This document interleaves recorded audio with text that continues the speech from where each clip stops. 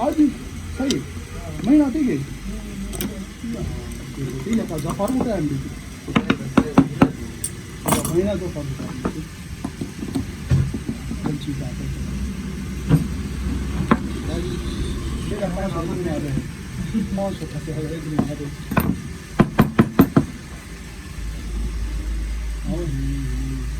बाबू जी आ रहे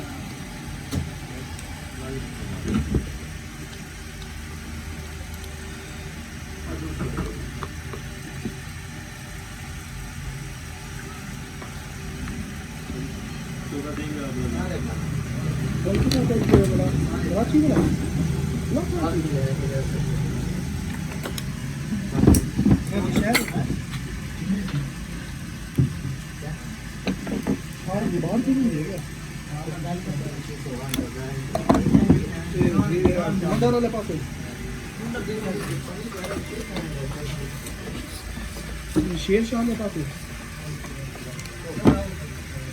अली भाई